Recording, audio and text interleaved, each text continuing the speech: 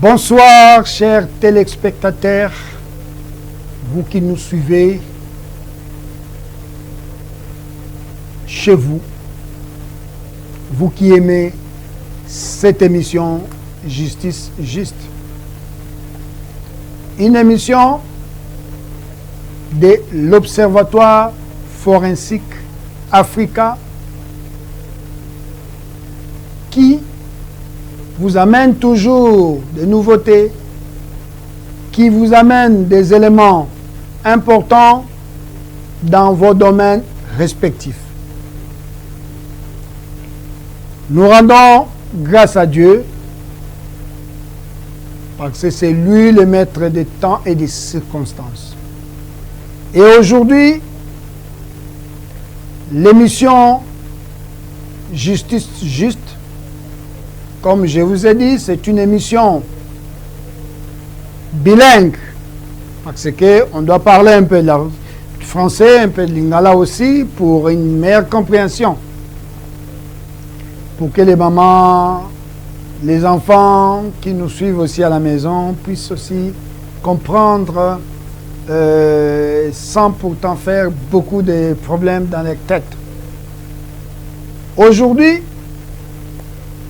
l'émission Justice Juste vous a prévu quelque chose de très important. D'ailleurs, on a annoncé ça. Nous allons parler pas de police judiciaire sans la police technique et scientifique. Pas de police judiciaire sans la police technique et scientifique. Et nous allons aussi aborder sur la même voie. Nous allons parler de la relation entre magistrats, avocats et l'expert dans le but de l'aboutissement de l'enquête. Souvenez-vous, nous avons parlé pourquoi les enquêtes aboutissent difficilement en République démocratique du Congo. Et aussi, par rapport à vos réactions, nous avons soulevé et nous avons voulu quand même essayer un peu d'introduire aussi ça, d'accompagner les premiers points sur la relation entre magistrats, avocats et l'expert. Et l'expert peut être aussi un expert en sciences forensiques qui est dans la police technique et scientifique. Donc, aujourd'hui, vous allez comprendre un peu comment est-ce que la police technique et scientifique, qui est les dénominateurs communs, les maillots, la clé pour qu'il y ait un aboutissement de l'enquête. Vous allez comprendre ça aujourd'hui. Et c'est pour cela que je voulais quand même vous mettre une vidéo pour voir un peu, pour avoir une idée en fait, en ce qui concerne la police technique et scientifique. En fait, avant de mettre cette vidéo-là, de vous balancer la vidéo, vous devez comprendre un peu, quand il y a une scène de crime, il y a des policiers qui arrivent, mais habillés en tenue blanche. Ben, ils font partie de la police nationale, chez nous, même ailleurs. Ils font partie de la police. Mais ils sont habillés en blouse blanche. Alors les gens là viennent faire quoi? Viennent chercher quoi? Pourquoi ils sont là? Et aujourd'hui, nous allons comprendre que sans les personnes que vous voyez en tenue blanche, si elles ne sont pas là, alors il y aura encore un petit problème dans l'aboutissement de l'enquête. Dans plusieurs des cas. Pourquoi? Parce que quand il y a un crime, on cherche qui est la vérité. On veut chercher, et la justice, et la société aussi veut savoir qui a fait quoi, comment, pourquoi.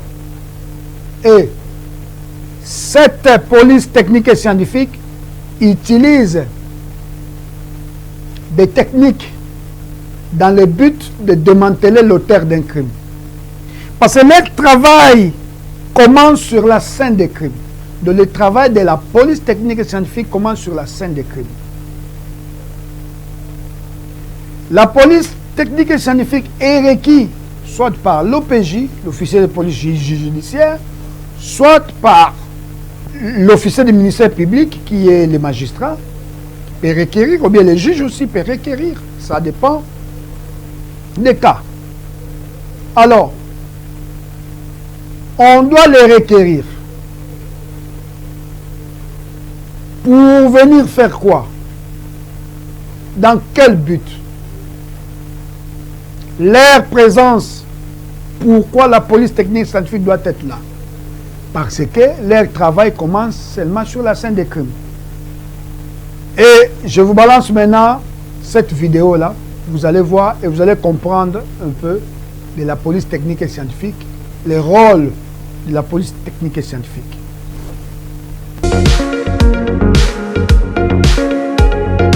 Merci beaucoup.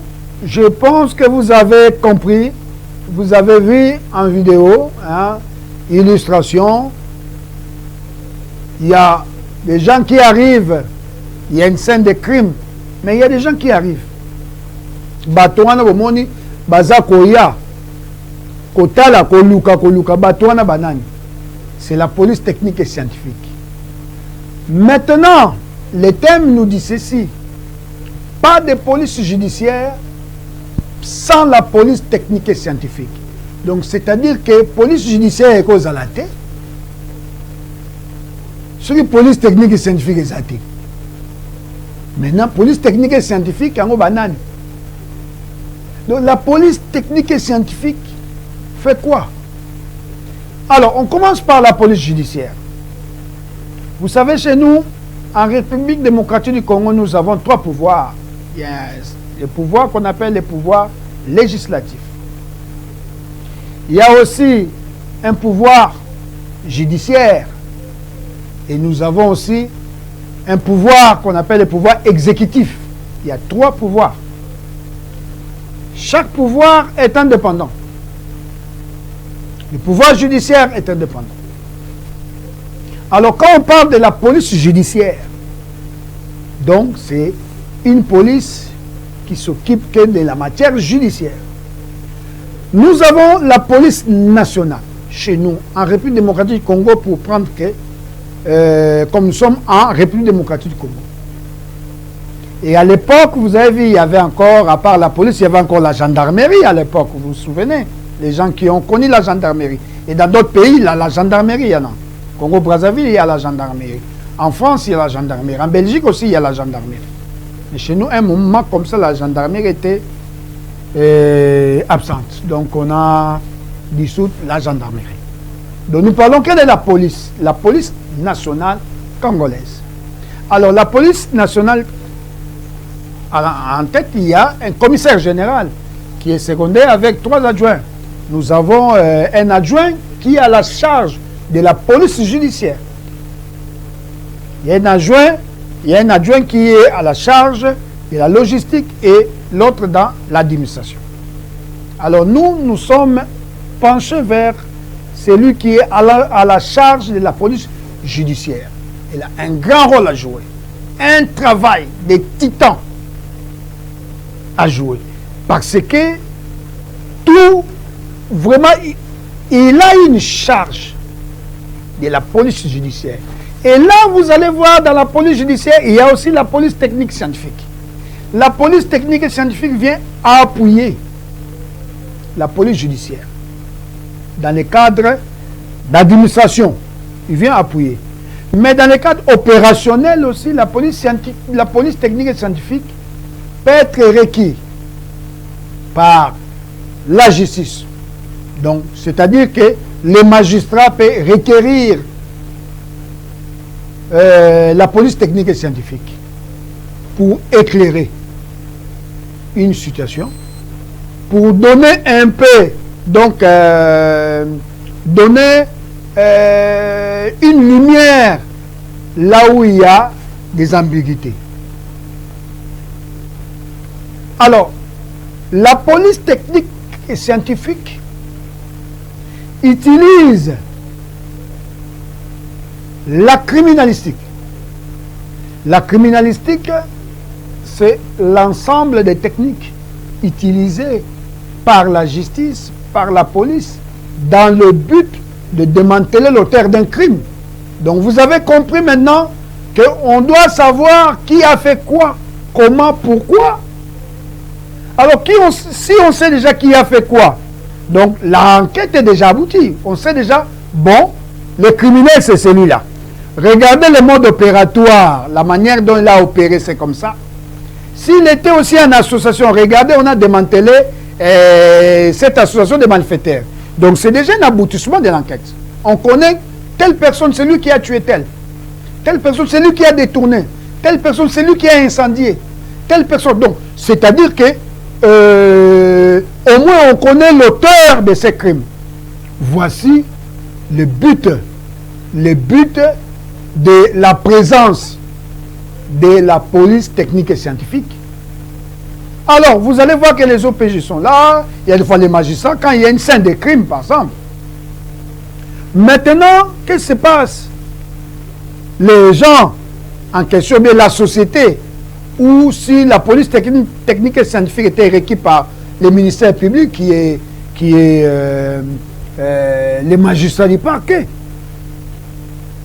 Les magistrats du parquet, avant d'agir, peut-être, il veut savoir la personne, là, par exemple, décédée, ça fait combien de temps, et qui a fait quoi. Et la police technique scientifique est requise via l'officier du ministère public pour venir chercher les éléments, les indices à la scène des crimes.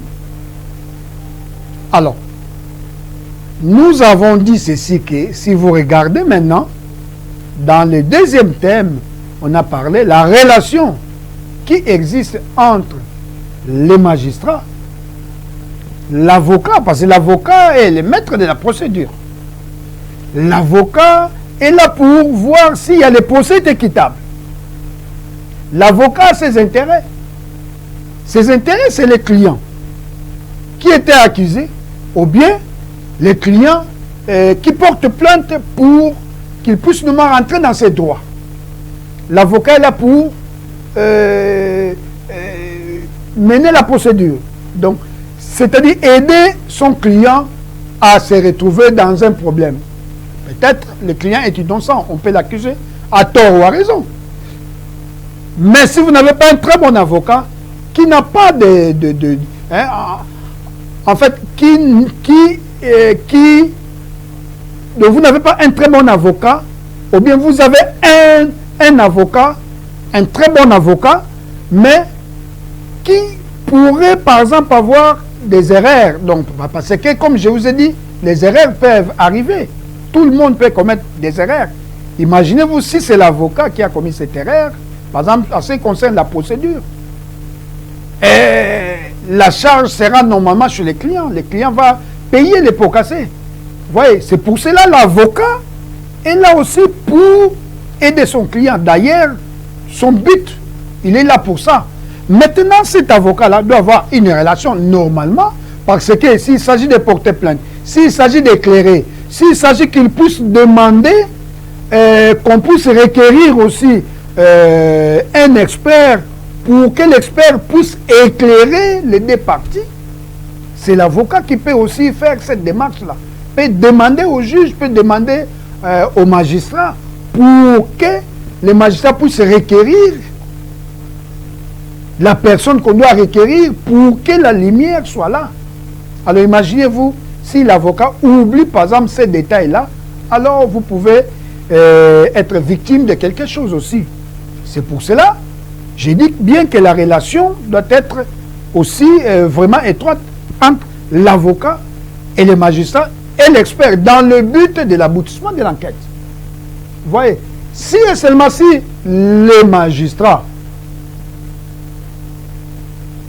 n'arrive pas à requérir l'expert au bon moment, il peut y avoir aussi ce qu'on appelle les ratés de l'enquête. Imaginez-vous, par exemple, on peut illustrer par rapport aux exemples. Il y a eu un cas de viol. L'avocat porte plainte pour son client qui a été violé, ou bien son enfant, ou bien ceci, cela, cela. L'affaire est arrivée, par exemple, chez l'OPJ, ou bien au parquet. Il faut que ça soit rapide, parce qu'il faut voir dans la matière, il sait de quel type de matière viole. Donc, nous devons chercher aussi donc, les éléments, donc, les indices de la trace. Savoir que vraiment il y a viol. Si, par exemple, la personne était en contact avec, parce que quand il y a viol, c'est-à-dire il y a eu un contact aussi. Alors, peut-être, quand on saisit les parquets, ou bien quand on saisit les magistrats, directement on va appeler acquis des droits. Ou bien on doit requérir un expert qui viendra, par exemple, récupérer les éléments pour démanteler l'auteur d'un crime. Dans le cas où, par exemple, il a utilisé les préservatifs, dans le cas où il n'a pas utilisé les préservatifs, par exemple, il a pénétré la personne, il n'a pas utilisé les préservatifs, il n'a pas fait ceci, on peut, s'il n'a pas utilisé les préservatifs, on peut récupérer, par exemple, les spermatozoïdes pour identifier la personne au cas où il y a un suspect. Si la personne ne connaît pas, mais si la personne connaît bien son criminel, il peut dire, mais on peut le confondre par rapport, par exemple, au test d'ADN. Parce que là, il y a de la preuve.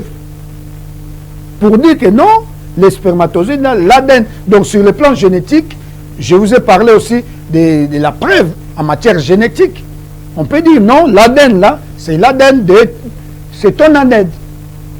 Alors, vous allez nous expliquer qu'est-ce que tu es venu faire ici. Il peut y avoir aussi la présence des poils. Il peut y avoir aussi les empreintes que le criminel a laissées chez la victime, par exemple.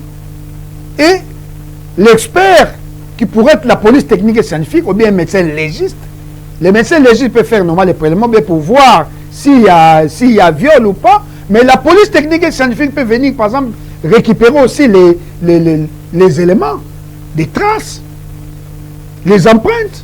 S'il y a aussi normalement des poils, il peut récupérer ça pour ramener ça au laboratoire et savoir qui a fait quoi. On peut confondre les criminels. Cette relation-là, vous voyez, s'il n'y a pas cette coordination-là, nous allons toujours aboutir à ce qu'on appelle non-aboutissement de l'enquête. Nous allons arriver là et vous allez voir les enquêtes vont aboutir avec beaucoup de difficultés. Il y a des fois, les enquêtes ne peuvent même pas aboutir. Il y a des éléments. Là, c'est sur le plan coordination. Donc, je parle dans la coordination. Donc, la relation qui existe entre les magistrats. Les magistrats doivent être expéditifs dans les différents cas. Par exemple, quand il y a, par exemple, un incendie criminel, il faut que les magistrats puissent requérir l'expert pour dire que c'est un incendie criminel. Parce qu'on peut y avoir un incendie criminel ou bien un incendie accidentel.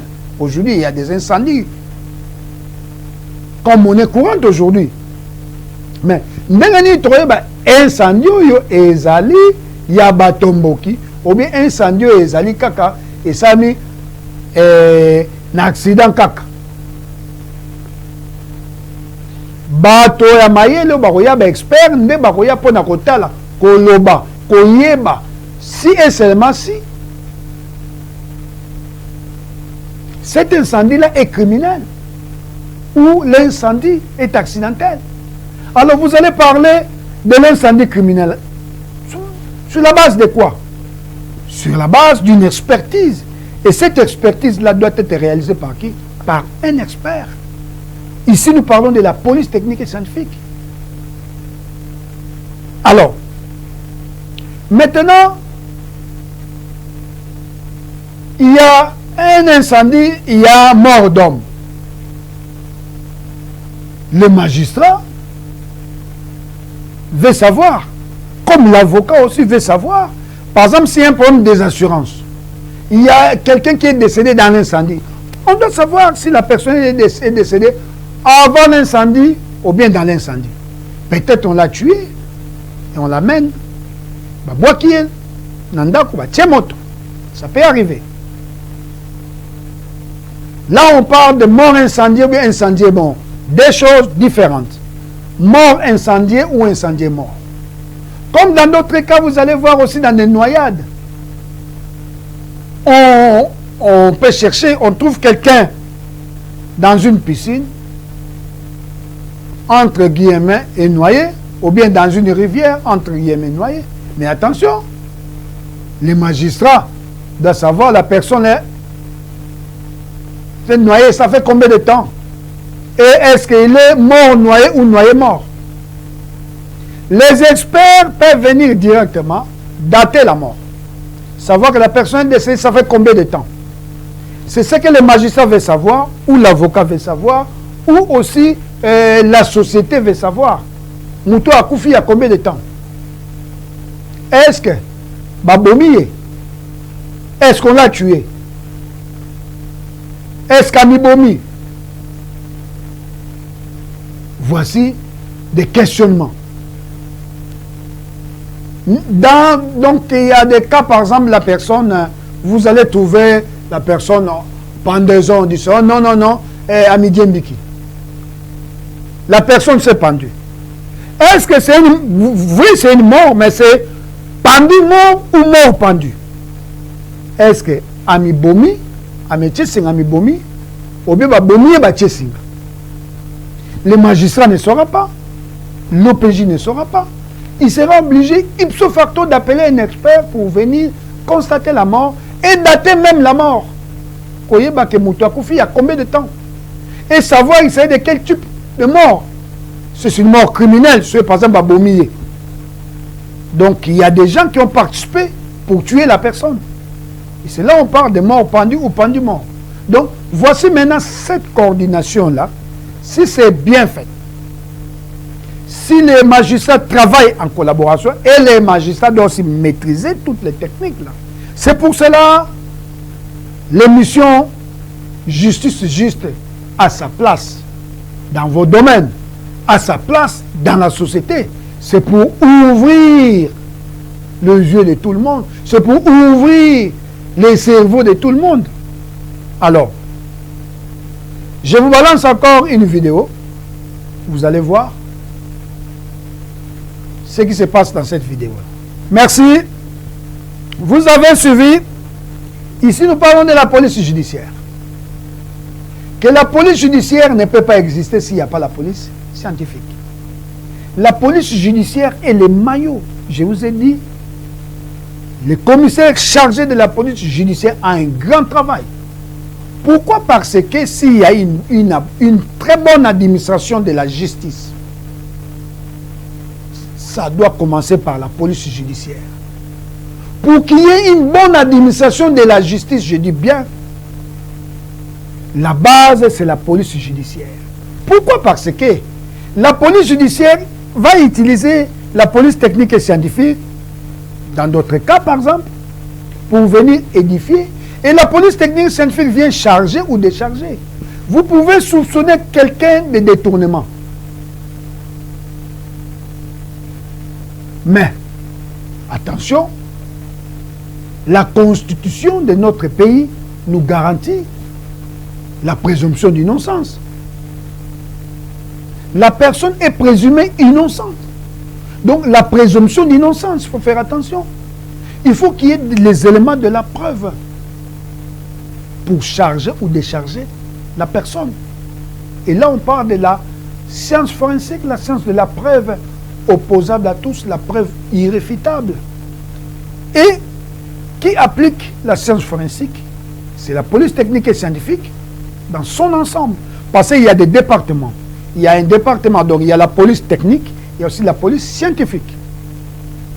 Nous, ici en République démocratique du Congo, nous avons notre laboratoire de la police technique et scientifique avec de bonnes personnes, avec des gens bien formés, parce que c'est un laboratoire qu'on a acquis depuis 2009 via la relation entre la France et la République démocratique du Congo.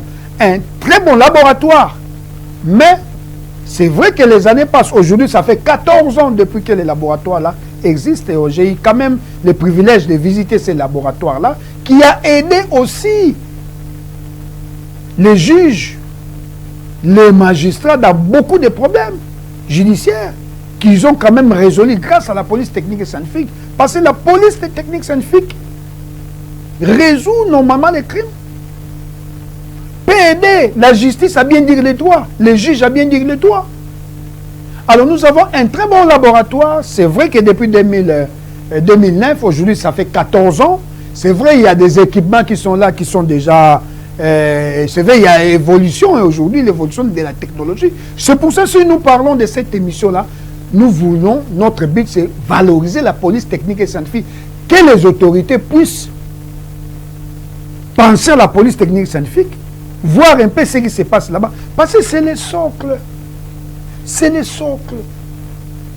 C'est la base pour une bonne administration de la justice.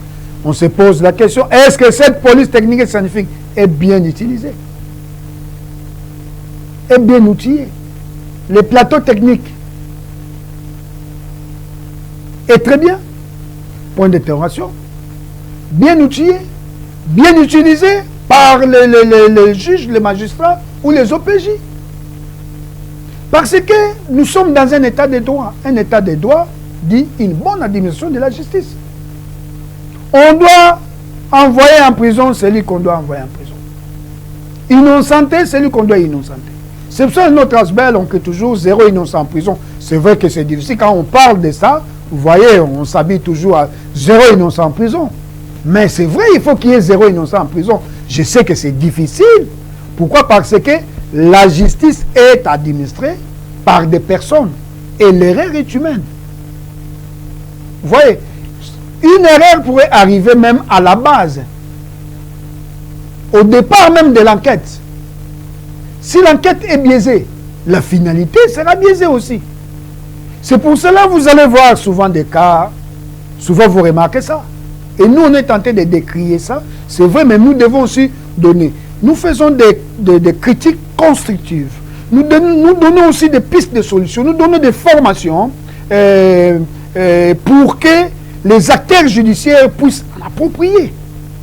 Vous voyez, aujourd'hui, si vous voyez bien, souvent, quand on mappe une personne, MAP, c'est le mandat d'arrêt provisoire. Donc, le magistrat a vu que la personne il y a les indices sérieux de culpabilité. Lui, il décide de passer la loi et lui donne ce pouvoir-là. Si le magistrat trouve qu'il y a des indices sérieux de culpabilité, il peut te dire, bon, tu restes là-bas d'abord en prison. Ou bien, si sa fuite est à craindre, par exemple, il t'envoie là-bas pour une raison d'enquête. Mais souvent, nous voyons il y a des erreurs. Vous allez voir, à vous de juger, si combien de pourcents des gens qu'on a mappés et les mêmes personnes sont sorties, par exemple, avec ce qu'on appelle la liberté provisoire. Après, quand il y a la liberté provisoire, la personne est partie. C'est vrai qu'il passe, il y a une procédure, tu dois passer de temps en temps au parquet pour signer, pour marquer votre présence. Et il y a aussi des limites, vous ne pouvez pas se retrouver dans tel endroit, cela dépend normalement des cas, mais tout. Mais vous allez voir sur 100%, vous donnez les pourcentages, les gens qui sont qu'on a mappés, après, maintenant, les gens là ont quand même la liberté provisoire. C'est vrai que ça fait partie normalement des droits, de la beauté du droit, c'est vrai. Mais c'est difficile qu'une personne qui a été mappée, mais la personne là est innocente. C'est difficile. Tu as fait la prison, tu es déjà traumatisé. Vous voyez? Mais peut-être si on pouvait bien commencer à mener très bien des enquêtes avec des techniques fiables que la science forensique, la science de la preuve irréfutable, opposable à tous, qui propose par exemple, qui mettent en place pour que les OPJ, pour que les magistrats puissent en servir, on n'aura pas beaucoup de innocents en prison. Vous voyez? Ce n'est pas seulement le cas de la République démocratique du Congo, parce que presque dans plusieurs pays, vous allez voir, il y a aussi des erreurs judiciaires qui pourraient arriver. On peut mapper une personne par une erreur judiciaire. On peut même condamner la personne par une erreur judiciaire, ça arrive. Mais, si on utilise la police technique et scientifique, utilise la science forensique, et aussi un très bon laboratoire de la police technique scientifique est bien outillé, bien rodé. Je sais que ce sont des gens qui ont fait des formations. Peut-être il y a des outils qui manquent parce que moi j'ai eu le privilège de visiter ces laboratoires-là et j'avais même écrit aux autorités. Imaginez-vous, il y a un moment, ça fait déjà plusieurs années j'ai écrit, mais j'ai réécrit encore pour qu'on puisse mettre par exemple un laboratoire à la police technique et scientifique de l'entomologie criminelle par exemple, qu'on va commencer à utiliser les mouches pour nous aider à dire les doigts. On appelle ça laboratoire d'entomologie criminelle, mais laboratoire d'entomologie forensique. On utilise les mouches. Et les mouches peuvent vous innocenter. Les mouches peuvent vous aider. Les mouches peuvent aider les juges à bien dire les droits. Les juges peuvent, les mouches peuvent aider même les magistrats dans une enquête. Charger la personne ou décharger la personne. Les mouches peuvent vous aider. Mais est-ce que vous savez ça? Mais j'avais demandé qu'on puisse mettre ces laboratoires-là au niveau de la police technique scientifique parce que je suis expert dans le domaine de l'entomologie criminelle. À partir des mouches, on peut dater les morts. Les mouches nous aident à dater les morts.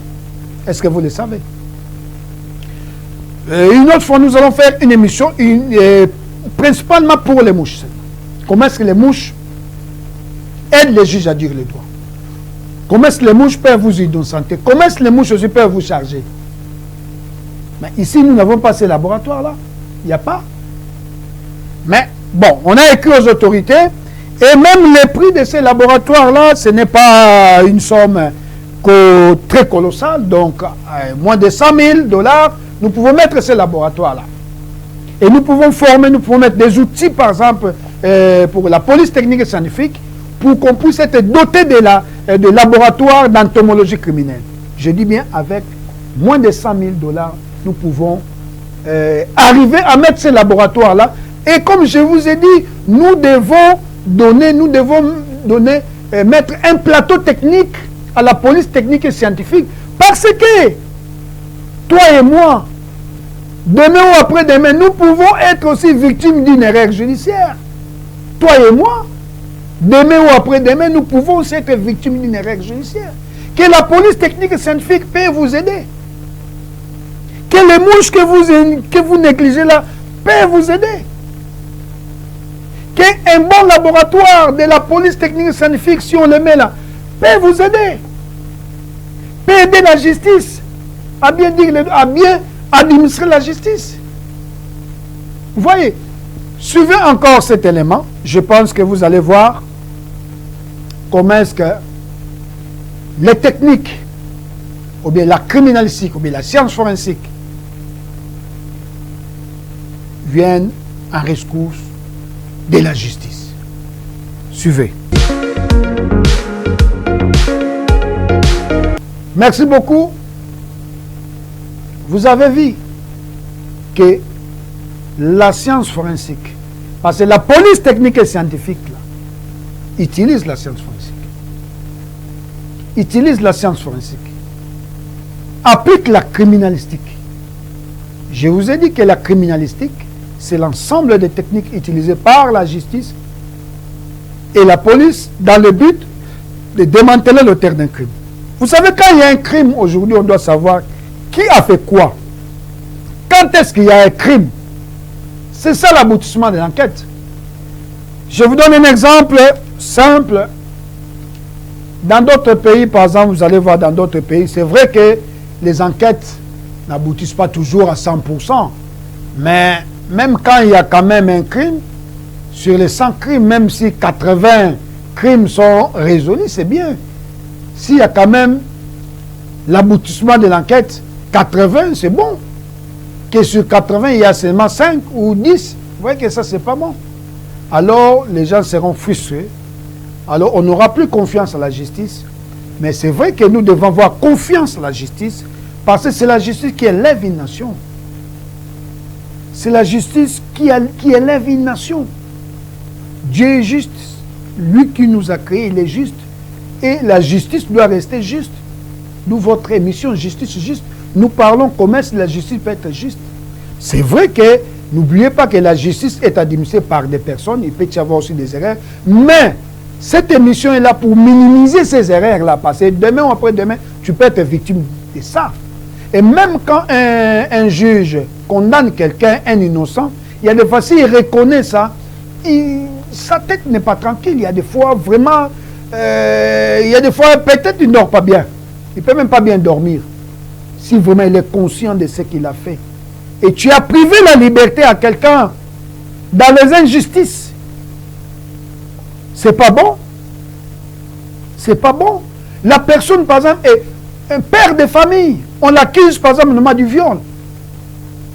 Et comme il n'y a pas de technique pour dire que non, telle personne n'a pas parlé. Non, non, non, non. Comme il n'y a pas vraiment de technique, si on n'a pas encore appliqué de bonnes techniques, ou bien il y a eu des erreurs, imaginez-vous, on peut envoyer un papa responsable qui a ses enfants, et il y a même des enfants filles qui vont regarder notre papa est en prison parce qu'il a violé.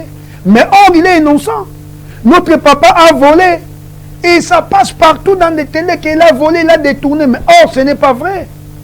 Pourquoi? Parce qu'il y a manque de techniques pour charger la personne. On tâtonne. Donc, c'est-à-dire ici, nous ne voulons pas tâtonner. Nous voulons que la police judiciaire puisse utiliser fréquemment la police technique et scientifique qui vient en appui, que la justice, que le juge, que les magistrats, dans des affaires, dans des différentes affaires, puissent utiliser la police technique et scientifique, puissent s'approprier de la science forensique, puissent être formés aussi de la science forensique, puissent avoir aussi de formation continue à la science forensique dans les différentes techniques d'enquête. Tout ça, c'est dans le but de bien administrer la justice. Parce que si on n'arrive pas à bien administrer la justice, donc c'est-à-dire que justice est l'obamasu malamute, kaka ba innocent bazo kendaka na baboloko, ezali passe mingi, pe na miso nzambe za malamute. Yo moto tindi, ye na prison, ye bake toza moto, lokola ye, azolela. Passe wana nzambe bazo komona ngo. Alors, c'est pour cela, les magistrats, les avocats, la société, les experts, ils ont un rôle à jouer pour qu'il y ait une bonne administration de la justice. Nous tous, nous sommes concernés. Quand il y a une scène de crime, binomoko population, boye ko polluer scène à crime, vous allez vous attendre à quoi? Après, vous allez dire encore la justice est corrompue. Vous voyez? Après, vous allez dire encore tel juge est corrompu. Le juge, par exemple, le magistrat, il dit ceci, bon, écoute, moi je vais le libérer, je vais la quitter parce qu'il n'y a pas de la preuve. Oh non, non, non, mais il a fait. Oh non, non, non, non, non. Parce que nous, on crie beaucoup, mais on ne sait pas que nous avons pollué la scène des crimes. D'où il faut protéger la scène des crimes. Donc toi aussi, tu as une responsabilité. Quand il y a une scène de crime, appelez à qui des droits. Tous les services arrivent au même moment. Vous allez voir, les différents services arrivent. Ils polluent la scène de crime. Mais quand les experts, la police technique scientifique va arriver pour chercher les indices, les éléments, qu'ils puissent vraiment chercher les vrais criminels, ils n'auront pas ça. Ils n'auront plus ça. Les indices sont partis, les indices sont pollués. Les éléments à la scène de crime, il n'y a plus.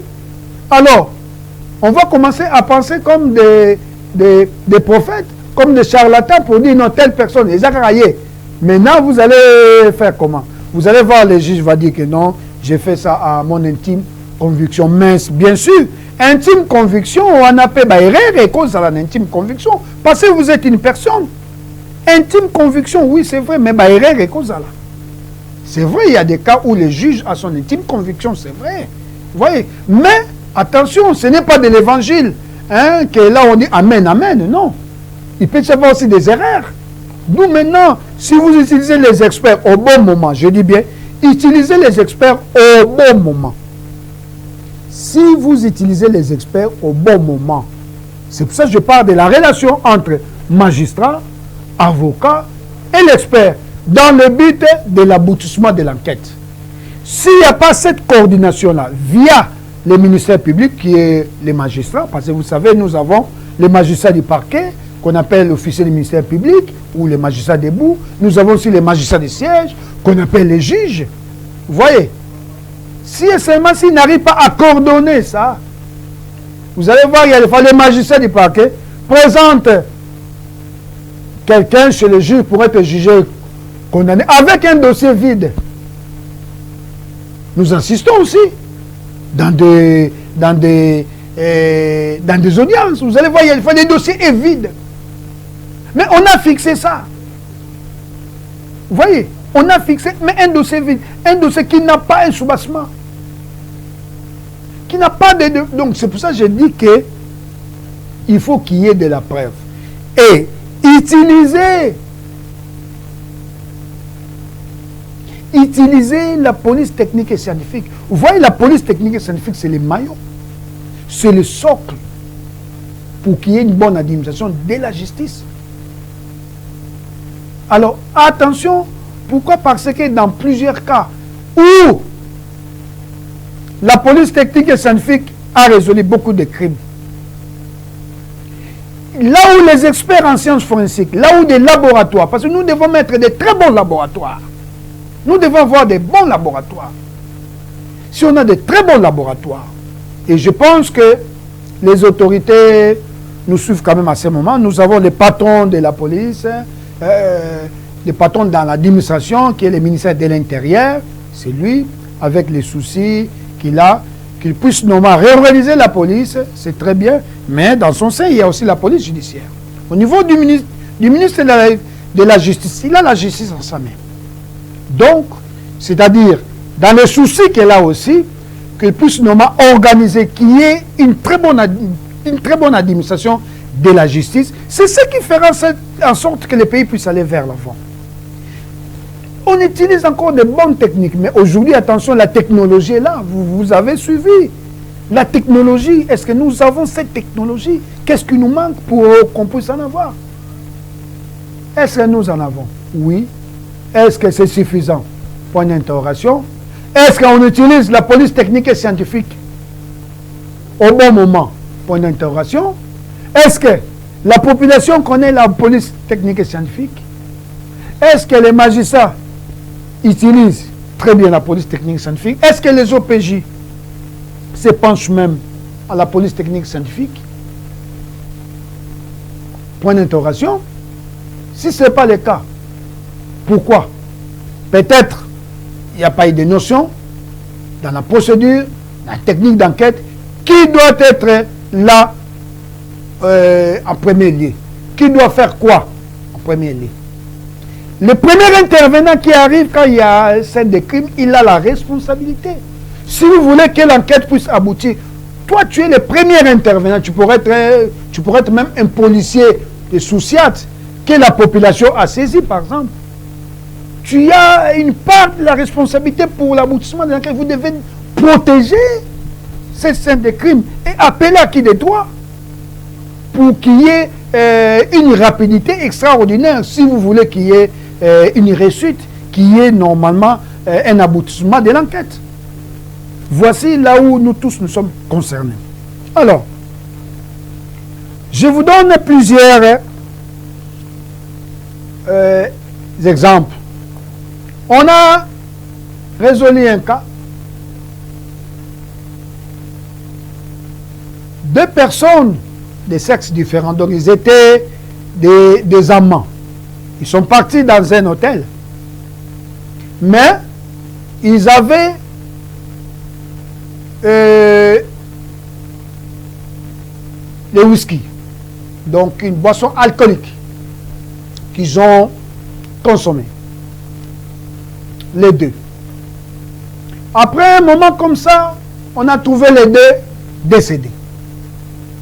Mais dans le fond de la bouteille, ils ont trouvé quand même une bouteille de whisky qui était là, mais avec un petit fond. Maintenant, les deux décédés. C'est une mort déjà suspecte. Et qu'on doit mettre obstacle à l'inhumation. Mais on doit chercher maintenant comment ils sont décédés. Voici là où maintenant la tête va tourner. Le premier intervenant qui arrive, ça pourrait être un OPJ, qui doit être vraiment professionnel. Ce n'est pas le cas où quand vous allez dans une scène de crime ou bien on vous appelle, vous venez pour faire le désordre. C'est pas bon. Ça, ce n'est pas du professionnalisme. Un policier, un OPJ qui est professionnel, quand il arrive, il doit récupérer de la preuve. Et la preuve, vous ne pouvez pas faire ça d'une manière forcée, non. Comme nous voyons maintenant dans des réseaux sociaux. Non, non, non. Vous devez être méthodique. Dans des cas pareils, par exemple, vous venez, vous allez voir, par exemple, il y a mort d'homme. Vous appelez la police technique et scientifique qui doit arriver, qui doit fixer la scène de crime, parce qu'on doit fixer la scène de crime. Prendre des photos, donc on fixe la scène de crime. Maintenant, il y a des indices. Par exemple, la bouteille là, il y a un fond de whisky. Ça fait partie des indices. On doit récupérer, on doit sceller ça, on doit ramener ça au laboratoire. Et maintenant, un OPJ ou bien un magistrat il doit demander qu'il y ait de l'autopsie, fait par un médecin légiste. Et au même moment que vous appelez la police technique scientifique, au même moment si vous appelez les médecins pour venir constater la mort. Parce que c'est les médecins qui doivent constater la mort. La personne est décédée. Il y aura d'abord un premier examen que la police scientifique doit faire sur place. Il doit prendre des photos, voir un peu s'il n'y a pas eu violence, ou bien quelqu'un est rentré pour les tuer. Il faut voir s'il n'y a pas... On doit prendre des photos. Ça fait partie de la preuve irréfutable. On doit prendre les photos, fixer la scène de crime. Après, on demandera qu'il y ait une autopsie. Et dans l'autopsie, maintenant, on va chercher les éléments pour dire que non, comment est-ce que la personne est décédée, de quoi est-ce que la personne est décédée. Parce que là, ce qu'on a vu, ça fait partie des circonstances de la mort. Batu bakoufi une circonstance bizarre. Et qu'on peut savoir questionnement dans mitou à batu, faut pas luka nani asali nini, asali yango ndenge nini, nani asali bakoufi ndenge nini. Nini asali ke bakoufa. Là maintenant c'est l'autopsie. Ils vont faire. Et maintenant quand on a prélevé, on a fait des analyses, on a trouvé maintenant des éléments pour nous dire que voici la mort est arrivée pour ça. Alors, dans des cas où on a trouvé du méthanol dans la bouteille, c'est-à-dire qu'on a compris que l'alcool en question qui les a tués. Les whisky en question qui contenaient du méthanol, qui est impropre à la consommation. Parce que attention avec les whisky aujourd'hui que vous consommez, il y a des whisky qui ne sont pas aussi bien, qui sont trafiqués aussi, il faut faire attention, qui peut vous conduire à la mort. Vous voyez? Maintenant, les gens vont décrier, vous allez voir, il y a des fois, l'hôtel aura des problèmes inutiles. C'est vrai que l'hôtel a la responsabilité civile, mais l'hôtel n'a pas la responsabilité pénale. Comment ça sera dégagé? C'est la police technique qui s'ennuie. Suite à l'enquête, suite à l'expertise qu'on doit maintenant dire que non, l'hôtel a une responsabilité civile, mais n'a pas une responsabilité pénale. Ce n'est pas l'hôtel qui l'a tué. Bakoufi pote ba meli eloko yo et meni bango na liwa. Voyez là où maintenant, avec cette expertise-là. Mais vous allez voir, il y a des fois des cas comme ça, si on ne fait pas l'expertise, qu'est-ce qu'on fait? On arrête les responsables de l'hôtel ou bien les gens qui étaient là. Allez, on peut les avoir aussi en prison. Mais est-ce que bango bat babomi? Ça, c'est le premier cas. Deuxième cas, dans le cas, par exemple, de l'empoisonnement, est-ce que les OPJ sachent que dans des cas d'empoisonnement, ou bien les magistrats devaient savoir, vous devez aller en profondeur pour dire que vraiment ça c'est le poison. Il y a aussi ce qu'on appelle le auto-poison. Moutouye moko, nzotonaye, et ça est en sorte kabiboma. Parce que, attention, on doit chercher la cause. Est-ce que la cause est endogène ou exogène? Est-ce que cause est outil libanda ou bien outil na kati nzoto? Mutomoko azalaki abandoko sala carême, aliaki te banda tongo akangaki nzala. Donc il était en jeûne. Il n'avait pas mangé du matin jusqu'au soir. Il arrive chez son ami. Il a dit, bon, écoutez, j'étais en jeûne, je n'ai pas mangé depuis le matin, tout. Alors, vous me donnez à manger. Alors, quand il a seulement commencé à manger, un peu seulement, La personne commence à vomir. On l'amène à l'hôpital, la personne est décédée. Non, le monde a crié. Non, non, non, non, non. Kambara Nyanaka Kabomier. Donc c'est son ami là qui l'a tué. Surtout, il y avait eu des antécédents comme ça passés. Ah non, ce sont ces antécédents-là à Kanakaye. Donc il a prémédité de les tuer. On arrête la personne. Mais qu'est-ce qui prouve que c'est la personne-là qui l'a tué? Donc on doit arrêter à ça. On doit arrêter. Nous devons aller, nous devons vraiment aller dans l'expertise approfondie. Attention, aujourd'hui, il y a des analyses qu'on peut faire pour arriver quand même à charger la personne là ou à décharger la personne. Il y a des analyses. D'abord, dans ces cas ici, on procède comment? Dans ces cas ici, on procède comment? Comme c'est une mort suspecte, c'est vrai que la personne là, on peut les garder en réseau d'enquête. Je suis d'accord par rapport à la procédure, mais il faut aller vite. Il faut demander de l'autopsie directement. Il faut qu'il y ait de l'autopsie. L'autopsie doit nous dire. Mais attention, l'autopsie peut même dire que c'est du poison. Mais on peut aussi dater les poisons là. Si le poison est retardé, par exemple, de 6 mois, de 8 mois, qu'est-ce que ça a à voir avec les jours où la personne était là, chez son voisin? Est-ce que le voisin n'a pas dit qu'il a 6 mois, c'est là qu'il y a poison? Ou bien les poisons datent déjà, par exemple, de quelques temps. Voici maintenant, au cas où vraiment c'est le poison. Mais on cherche si c'est le poison là est endogène ou bien exogène. Et c'est utile, banda ou bien ça à Katsanzoto. Mais pour ce cas ici, c'était étrange. Or, la personne était diabétique méconnue. Donc, Aïeba qui était diabétique. Il ne savait pas. Vous savez, vous qui avez fait la biologie, les médecins savent, les infirmiers, ou bien vous qui avez fait la biologie, vous savez que le foie a des réserves du sucre, de l'énergie. Quand tu ne manges pas, le foie, qu'est-ce qu'il fait? Il donne la réserve, tout ce qu'il a. Appelle ça. C'est pour ça qu'il y a de l'équilibre. Maintenant, dans des cas, par exemple, dans des cas précis, là, Moto alia que la personne a mangé. Mais il y a eu une réaction au niveau du corps. Il y a eu une réaction dans Zotonae Salaki, donc dans son corps. Une réaction. Alors, cette réaction-là, si je vous explique là, vous n'allez pas vraiment comprendre, mais ça fait en sorte que cette réaction-là a eu lieu dans son corps et qui a créé encore un produit, ou bien qui a généré un produit qui est devenu un poison pour la personne. Acidocétose, par exemple, quand on parle de l'acidocétose, la personne ne disait pas acidocétose. Coma diabétique, acidocétose. Mais c'est dans son corps. Mais ce n'est pas un poison qui vient de l'extérieur. C'est de l'intérieur. Donc c'est son corps qui l'a tué. Donc ça arrive aussi.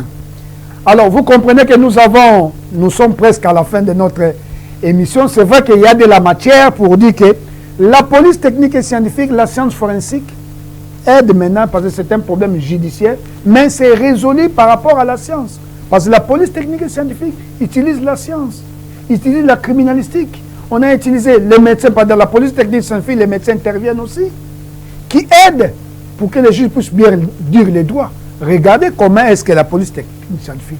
Donc pas de police judiciaire sans la police technique et scientifique. Donc c'est pour dire ceci que nous avons l'obligation, les autorités ont l'obligation de faire en sorte qu'on puisse avoir une bonne police technique scientifique avec un plateau, vraiment des équipements qu'il faut.